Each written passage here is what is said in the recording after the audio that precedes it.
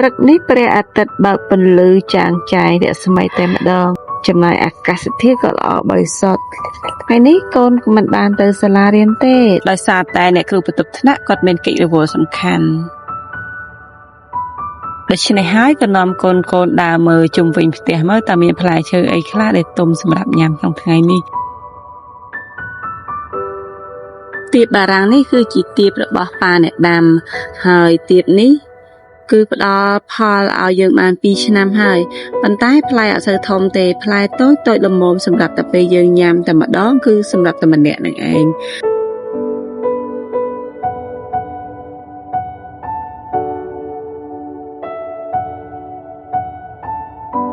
រាល់ដំណាំហូបផ្លែគឺគ្រួសារយើងតែងតែដាំតាមរបងនិងដីទំនេរដំណាំខ្លះប្រើរយៈពេលត្រឹមតែ2ឆ្នាំគឺហុចផលឲ្យយើងហើយគ្រួសារយើងដាំដំណាំច្រើនមកចម្រុះបញ្ចូលគ្នាហើយដាំតែមួយដើមឬពីរដើមតាមការចូលចិត្ត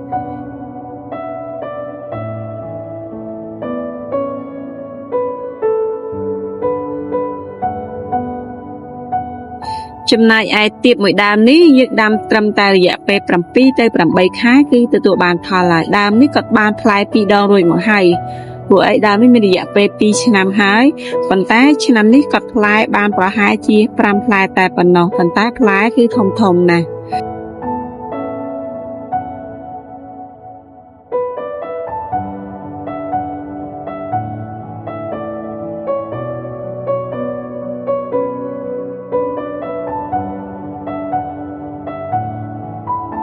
នៅពេលផ្លែឈើបានទទួលផលកូនគាត់ចូលទៅបេះ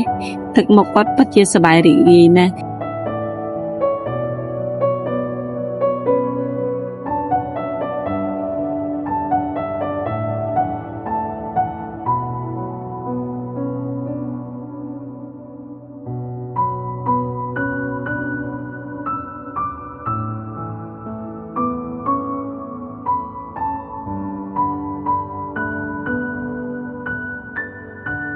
ក្រោយពីបេះទៀបរួចហើយយើងក៏មកមើលផ្លែមៀនក្រហមដែលដុះនៅក្បែរផ្ទះយើងដាំបានរយៈពេល3ឆ្នាំហើយគាត់ផ្ដល់ផលឲ្យក៏2ឆ្នាំដែរហើយ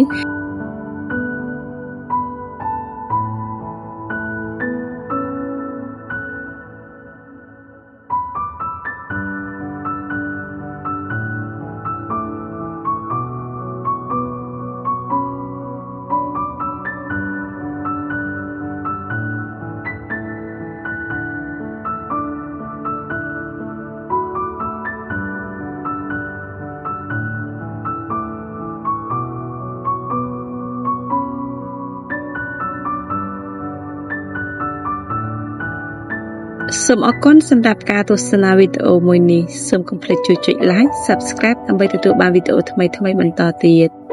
អរគុណជម្រាបលា